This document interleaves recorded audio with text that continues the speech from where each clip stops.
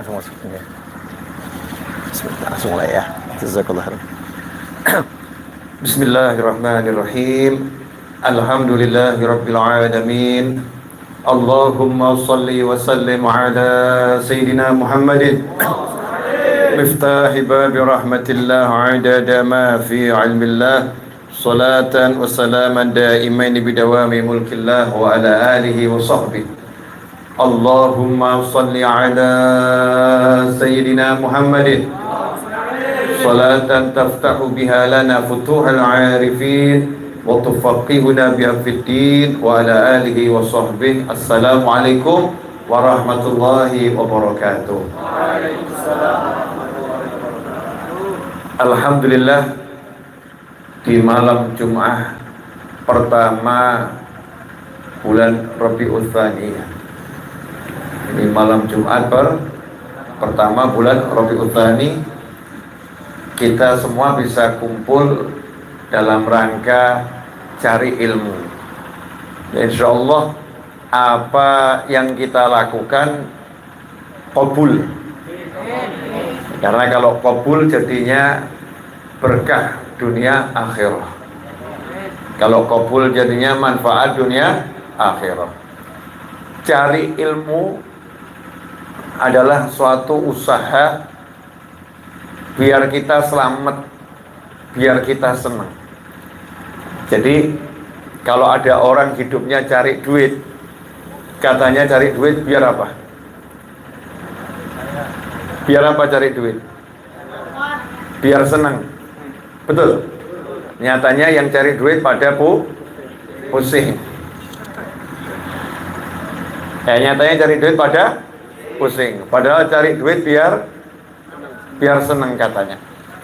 Nah itu salah. Cari uang itu bukan biar senang. Cari uang itu biar dapat pahala. Nah itu nanti senang. Ya biar dapat pahala. Nanti bisa senang. Niatnya ibadah. Nah kalau cari uang pengen dapat pahala, maka harus pakai ilmu. Nikah, banyak orang nikah pengen senang, nyatanya setelah nikah pusing. Suami saya nyebelin, istri saya jengkelin, dan seterusnya. Punya anak-anaknya ruwet, anaknya begini, dan seterusnya. Karena salah lagi. Nikah itu untuk ibadah. Kalau nikahnya untuk ibadah, nanti hidupnya senang. Maka biar nikah bisa jadi ibadah, laki-laki butuh ilmu. Semua harus pakai ilmu. Kalau nggak pakai ilmu, nggak dapat apa-apa. Man arada dunya fa'alaihi bil ilm, wa man arada al-akhirah fa'alaihi bil ilm. Siapa yang pengen dunia ya harus pakai ilmu. Siapa pengen akhirat juga harus pakai ilmu.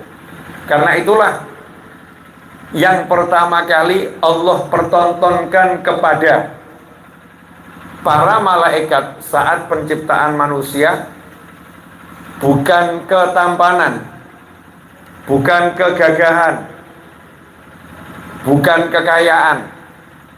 Nabi Adam alaihissalam ketika diciptakan oleh Allah Ta'ala sebagai manusia, maka Allah tidak menunjukkan Nabi Adam ganteng, enggak. Allah enggak menunjukkan Nabi Adam alaihissalam gagah, tidak. Allah tidak menunjukkan Nabi Adam punya surga, enggak. Tapi yang Allah tunjukkan kepada para malaikat, Nabi Adam punya ilmu. Allah perintahkan malaikat untuk menyebutkan nama benda-benda tertentu yang sudah dipertontonkan Allah kepada para malaikat. Anehnya, malaikat yang hidupnya itu lebih awal dari Nabi Adam alaihissalam, malaikat yang hidupnya itu sudah keliling jagat raya, malaikat itu yang banyak ngerti tentang alam kehidupan, melihat benda-benda yang Allah pertontonkan, ditanya itu apa, malaikatnya nggak tahu. Malaikatnya nggak tahu. Kalau kita sekarang kan ya alhamdulillah ditunjuk ini apa, oh paham. Ini apa, paham. Ini apa, paham. Banyak yang kita paham. Mungkin kalau ditunjukkan buah-buahan, hampir semua tahu ini apa, ini apa, ini apa. Mungkin ada satu buah agak aneh, kita nggak paham. Paling kita foto, tanya sama Google, jadi paham. zaman sekarang ya. Tanya sama Google jadi paham. Tapi ada juga hal yang Google nggak paham. Iya, karena Google tergantung siapa yang input datanya. Nah ini malaikat ilmunya nggak bisa dibandingkan dengan ilmunya Google. Malaikat datanya lengkap. Tapi kenapa malaikat kok nggak tahu ya? Karena setiap ilmu itu ada batasnya. Setiap orang punya batas keilmuan. Saat itulah Allah Ta'ala pamerkan kepada malaikat ciptaannya yang indah, yang Allah ciptakan dalam bentuk yang terbaik, yaitu Nabi Adam alaihissalam, manusia. Kemudian Allah berkata pada Nabi Adam, sebutkan nama benda-benda tersebut. Nabi Adam yang diciptakan ya dan diletakkan di dalam surga, belum keluar keliling kemana-mana, belum keliling langit, belum turun ke bumi juga belum, tapi tahu ini namanya ini namanya ini namanya ini. Wa 'allamal Adam, Allah mengajarkan kepada Adam alaihissalam, karena Nabi Adam dapat ilmu laduni ya, seperti Nabi Khadir alaihissalam berkata, dikatakan Al-Quran, wa 'allamnahum min ladunna ilma, kami ajarkan dari sisi kami ilmu. Maka Nabi Adam juga dikasih ilmu oleh Allah Subhanahu wa ta'ala yang malaikat gak punya.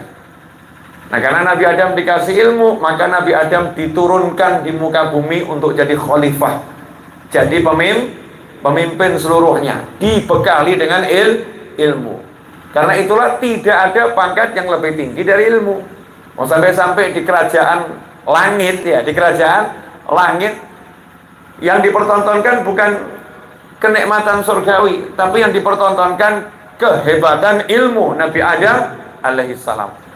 Makanya orang yang mau sukses, yang mau selamat, yang mau bahagia, yang mau apapun, caranya harus cari ilmu. Nah ini cari ilmu ini sebetulnya pekerjaan yang gak ada habisnya.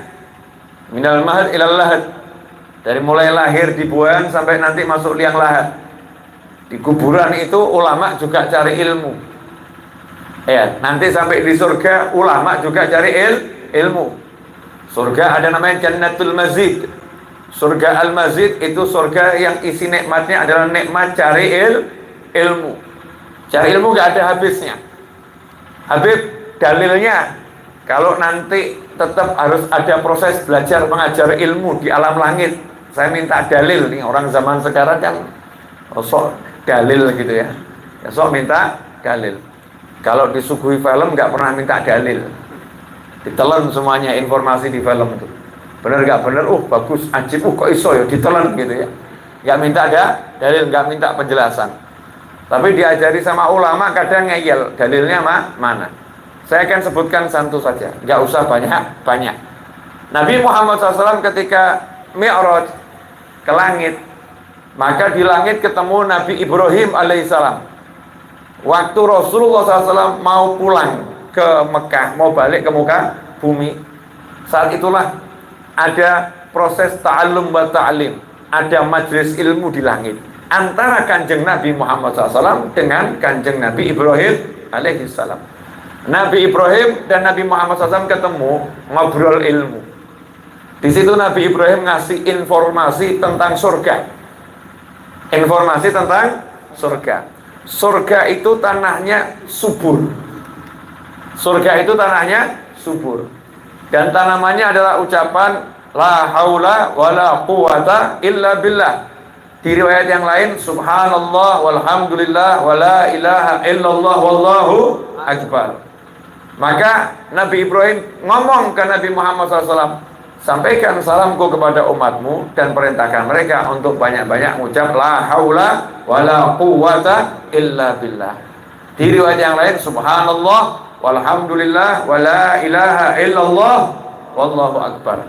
Nah ini proses belajar dan mengajar terjadinya di mana? Di langit. Jadi cari ilmu itu bukan cuma di dunia, sampai di langit itu juga ada proses cari ilmu. Ternyata obrolannya para nabi adalah obrolannya ilmu di jagat raya ini, orang-orang yang dekat sama Allah yang diobrolkan adalah ilmu. Karena ilmu itu adalah miliknya Allah Subhanahu wa ta'ala. Wal alim, Allah itu maha berilmu. Nah, ini kalau kita mau senang dunia, senang akhirat, syaratnya itu cari ilmu. Makanya nggak ada judulnya kiai pensiun, nggak ada. Ya, nggak ada judulnya ulama pensiun. Ya mungkin kalau dari lembaga organisasi bisa jadi pensiun organisasinya. Tapi kalau dari keilmuannya, keulamaannya nggak ada pensiun. Ketenaran ulama itu bahkan semakin setelah wafat semakin tenar. Ya, setelah wafat semakin tenar, semakin terkenal di alam dunia dan insya Allah di alam akhirat. Cari ilmu. Kalau kita lihat saat ini kita kurang cari ilmu. Ya, orang dulu tuh kalau cari ilmu suka ngapalkan abda'u bismillahi warrahmani wabirrahimi daimil ihsani. Masya Allah, syair-syair itu dihafalkan. Mau itu syair Zubat, mau burda, ya.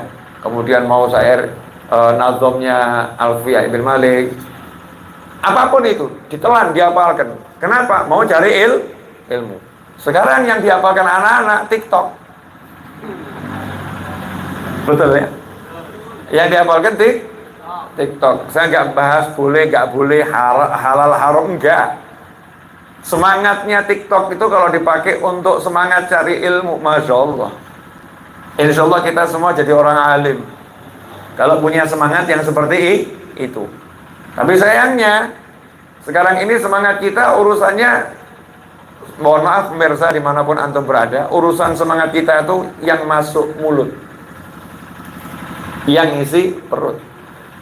Dikatakan oleh para ulama, siapa yang semangatnya cuman urusan mulut dan perut, maka nilainya tidak lebih baik dari yang keluar dari belakang. Jangan dibahas ya, yang keluar dari belakang apa, saru.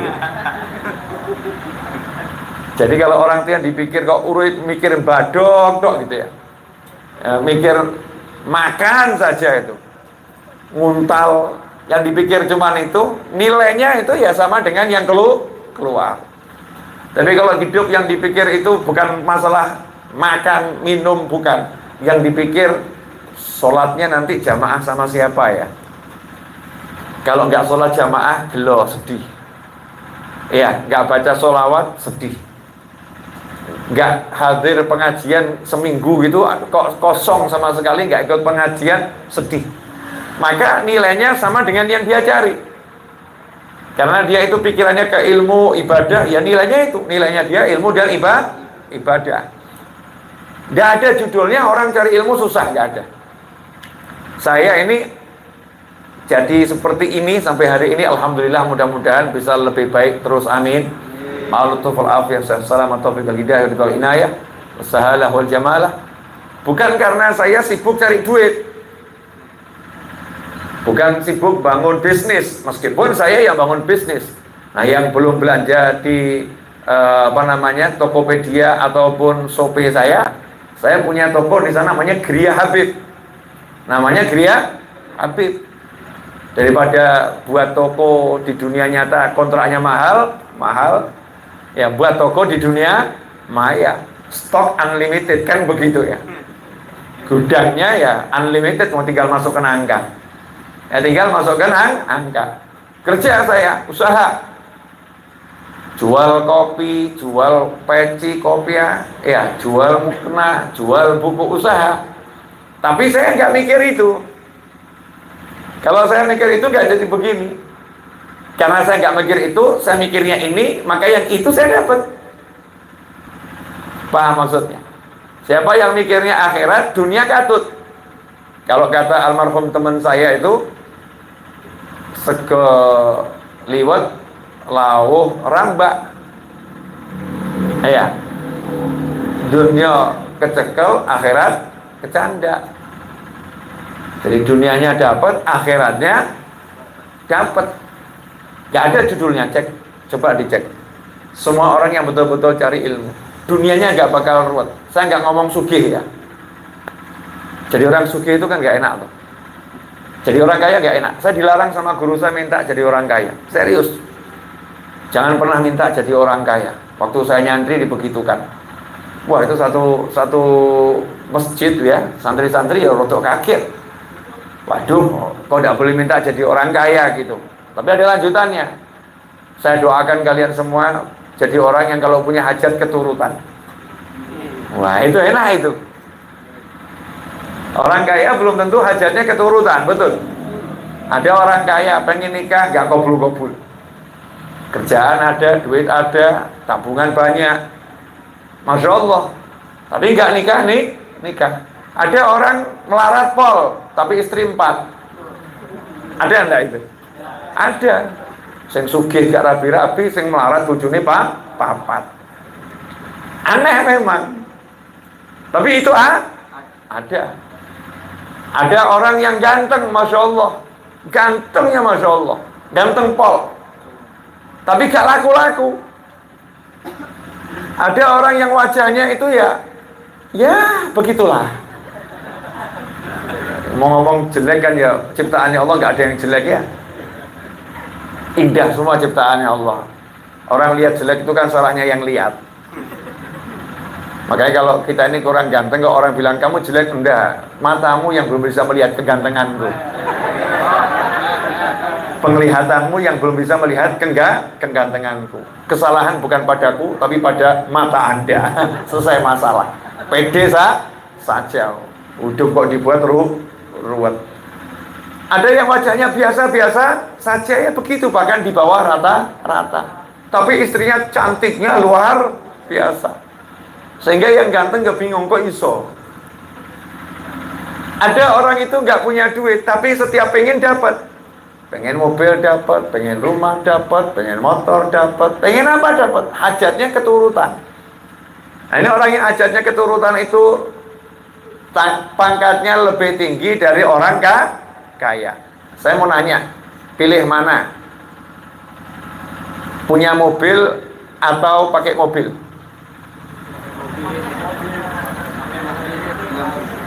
Ya, kalau punya mobil kan, punya mobil 20, pajaknya berapa itu?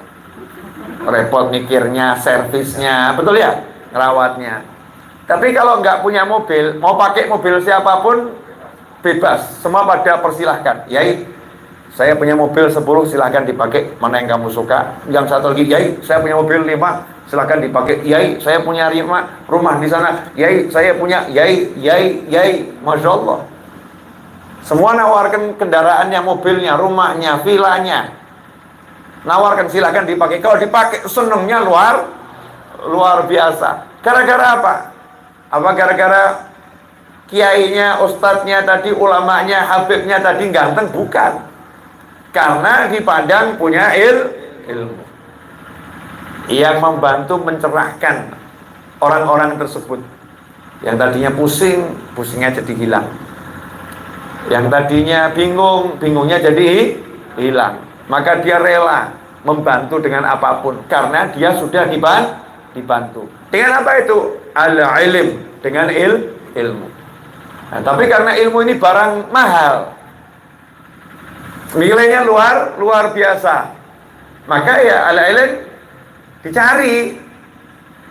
Mau duit saja dicari, masa ilmu nggak dicari?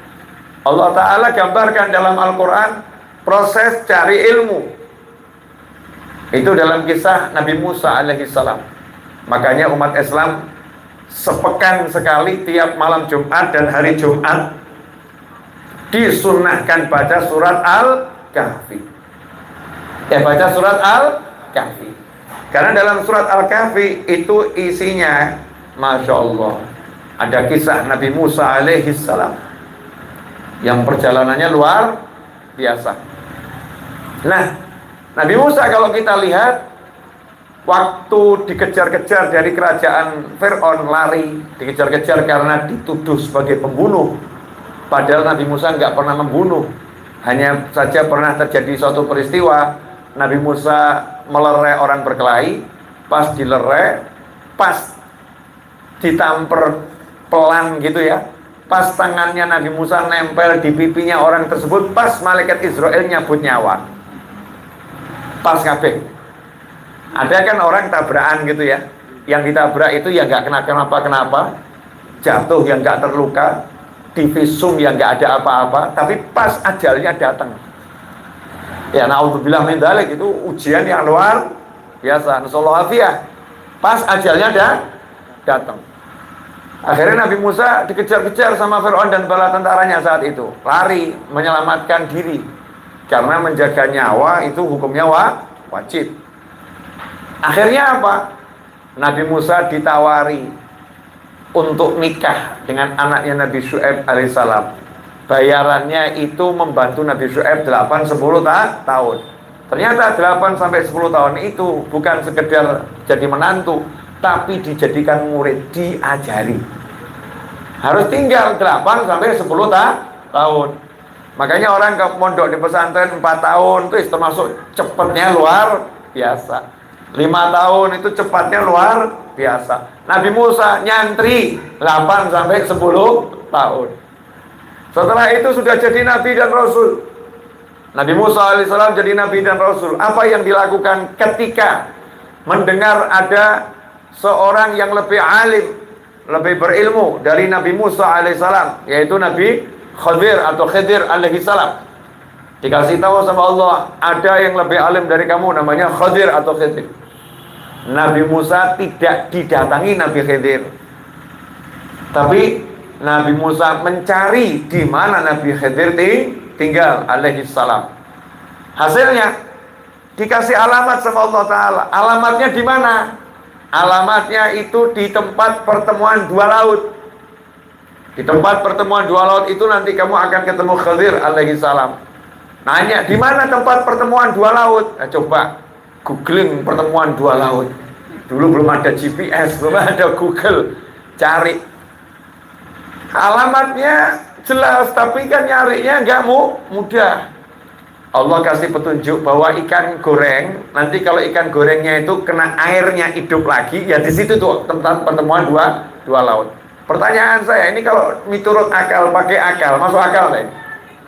Masuk ikan goreng kena banyu segoro urip meneh gitu kan ya? Ketemu nih kapan ini ya? Ketemunya kan? Kapan masak harus dicoba satu-satu. Dicoba satu-satu, yo air laut coba ya, boleh pernah gitu. Masa setiap jalan nyoba satu persatu, orang punya kapan? Tapi subhanallah, Nabi Musa alaihissalam punya semangat yang luar biasa. Ngomong sama muridnya yang menemani, di situ menjadi petunjuk orang kalau melakukan perjalanan jangan jalan sendiri, cari teman. Nabi Musa aja cari teman. Ya, Nabi Musa aja cari teman. Kok kita sok pemberani, sok kuat, sok gitu ya. Nabi Musa cari teman. Nabi Muhammad SAW pun ditemani malaikat Jibril alaihissalam, cari teman. Maka ditemani muridnya. Sampai satu waktu pas lapar, Nabi Musa ngomong sama muridnya, "Atina ghoda'ana laqad laqina fi safarina hadza nasaba." Hei muridku, mana makan siangnya? Ini jalannya udah capek. Ya, melelahkan betul perjalanan ini. Makan siangnya bawa sini. Maka saat itulah muridnya ngomong, wah, tadi ikannya loncat, kena air loncat. Lah, ya itu di mana? Itu yang kita cari. Itu alamatnya di situ Nabi Khidir. Akhirnya disusuri balik nyusuri tepi laut itu, ketemu Nabi Khidir alaihissalam. Setelah ketemu, apakah Nabi Musa terus pamer? Aku Musa, Rasulnya Allah, pangkatku lebih tinggi dari kamu. Sekarang kamu ikut saya, ajarin saya. Apa begitu? Enggak. Ilmu itu mahal. Maka Nabi Musa merendahkan diri serendah-rendahnya di hadapan Nabi Khidir alaihissalam dengan mengatakan, hal attabi'uka, boleh enggak saya ikut kamu? Tak ikut terus, ngikutin kamu terus kemanapun. Ya, ngenger kalau kata orang Jawa, ngenger, ngikut terus kemanapun engkau berada, sambil saya bantu-bantu. Nanti kalau ada waktu ya tolong saya diajari. Itu syaratnya murid jangan maksa guru. Kalau gurunya slow diajari monggo, kalau gurunya belum ngajari ya nunggu. Nah itu adabnya berguru ya begitu, nunggu sampai gurunya ngucap ilmu. Jadi standby terus, ikut terus. Nanti tiba-tiba gurunya akan ngomong begini loh, dicatat. Orang dulu seperti itu. Makanya nggak ada orang berguru kok seminggu, 2 minggu. Ya 10 tahun, 20 tahun. Ya, itu tinggal sama gurunya. Apa kata Nabi Khidir alaihissalam? Kamu gak bakal sabar sama saya. Masya Allah, Nabi dibegitukan. Kamu gak bakal sabar sama saya. Karena gurunya ngerti nih, muridnya tingkatannya seberapa kesabarannya. Kamu gak mungkin sabar sama saya. Tapi Nabi Musa gak nyerah. Pokoknya saya tak ikut aja. Oke, boleh ikut, syaratnya gak boleh nanya apapun yang saya lakukan. Kalau nanya, batal perjanjian. Singkat cerita, terjadilah yang terjadi. Yang pengen saya garis bawahi, Nabi Musa alaihissalam cari ilmu.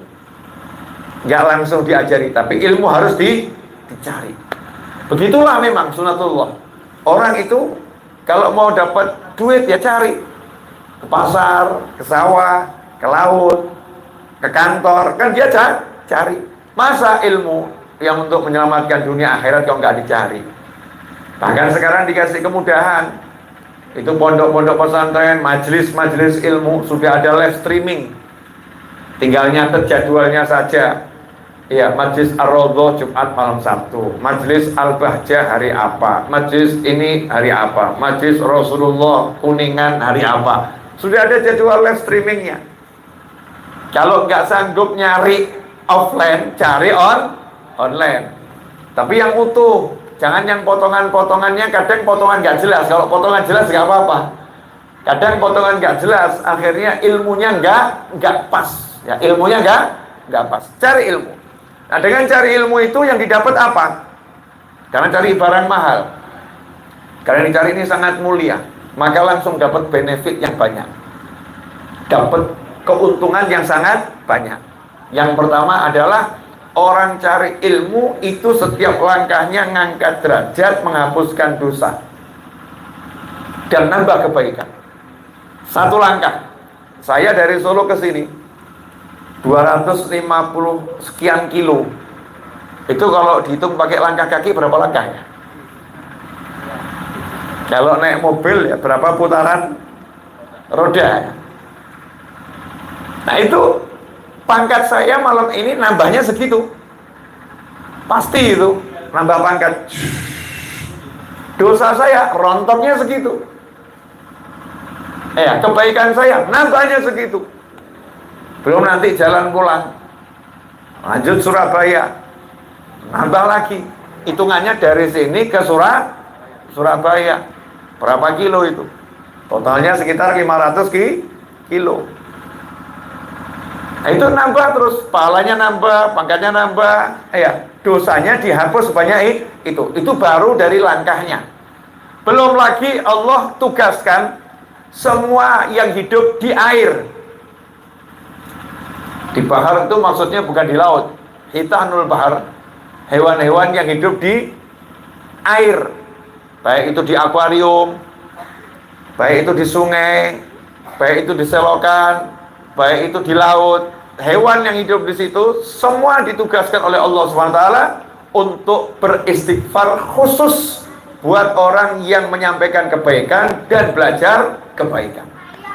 Jadi malam hari ini jenengan sama saya nyantai begini, itu ikan-ikan sak jagat gitu ya. Semua Allahumma gfir lahu, Allahumma gfir lahu, Allahumma gfir lahu. Ya Allah ampuni dia, ya Allah ampuni dia, ya Allah ampuni dia. Nikmatnya luar biasa. Kemudian Allah tugaskan malaikat khusus, double-double ini. Makhluknya khusus, malaikatnya khusus. Malaikat khusus ini tugasnya cari orang yang mau duduk di majelis zikir dan ilmu. Kemudian malaikatnya datang ke situ, malaikatnya kemudian berkata, Allahumma gfir lahu, Allahumma arhamhu. Ya Allah ampuni dia, ya Allah rahmati dia.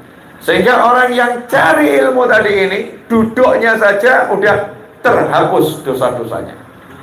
Duduknya saja naik pangkatnya. Duduknya saja digerujuk rahmat. Ini orang yang mau cari ilmu. Kemudian dapat apa lagi?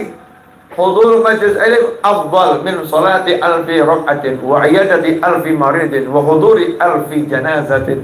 Atau kama qala sallallahu. Orang yang mau cari ilmu, datang cari ilmu, itu lebih utama daripada sholat sunnah 1000 rakaat.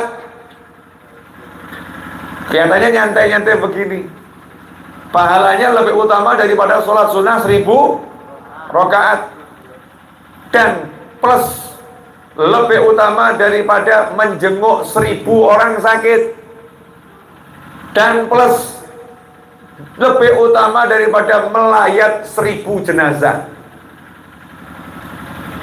Mau melayat 1000 jenazah itu sanggup enggak? Susah kan ya. Jenguk 1000 orang sakit, rumah sakit mana yang ada 1000 pasien bisa dijenguk?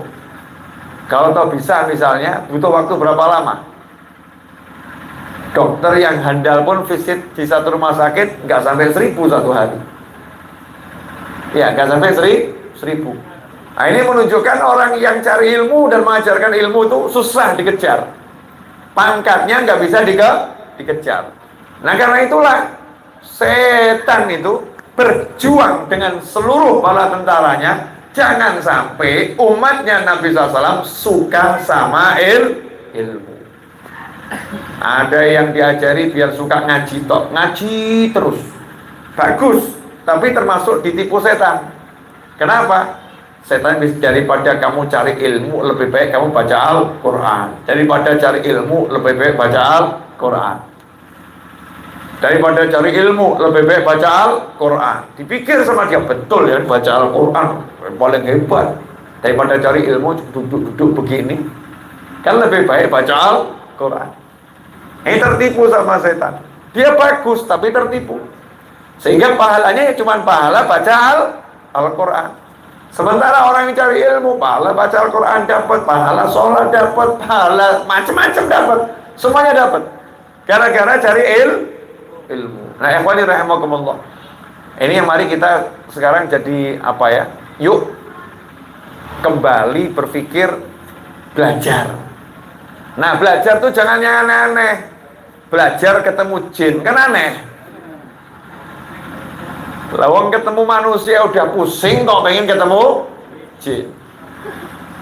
Akhirnya jadinya al-stresu.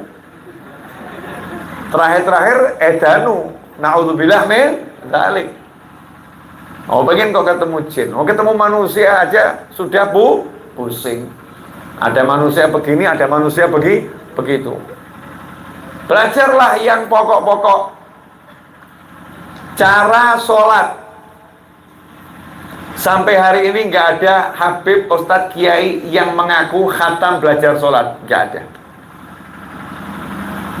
Buktinya setiap selesai mesti diulangi. Setiap selesai mesti diulangi. Betul ya? Selesai belajar sholat, rukun sholat kan yang nggak nambah, yaitu itu saja. Sunnah sholat, yaitu itu saja. Yang membatalkan sholat, yaitu itu saja. Diulangi terus, nggak pernah khatam belajar sholat. Nah, ini justru ilmu yang paling pokok, ilmu sholat. Sekarang ini saya kalau masuk masjid, masuk musola, kalau mata saya lihat betul orang yang sholat pakai mata ilmu, banyak orang yang sholatnya itu tidak sah, batal sholatnya, tidak sah. Contoh, syarat sahnya sholat itu aurat harus tertutup. Jadi kalau auratnya terbuka, sholatnya sah atau batal? Misalnya kalau perempuan sholat, rambutnya kelihatan, rambut kepalanya kelihatan, sholatnya sah atau batal? Batal. Berapa banyak itu ibu-ibu dan mbak-mbak yang nggak perhatian, ketika sholat ternyata rambutnya sini masih ada yang keluar, sehingga sholatnya tidak sah. Yang namanya pusar, bahasa Jawanya udel. Iya, apalagi? Selain udel apa itu? Pusar lainnya itu. Ujal. Pujal. Wah, bahasa mana itu? Oh, Sunda. Oh, Cirebon itu Sunda ngapa ya? Betul ya, Sunda ngapa itu Cirebon? Sunda ya bukan Sunda gitu ya.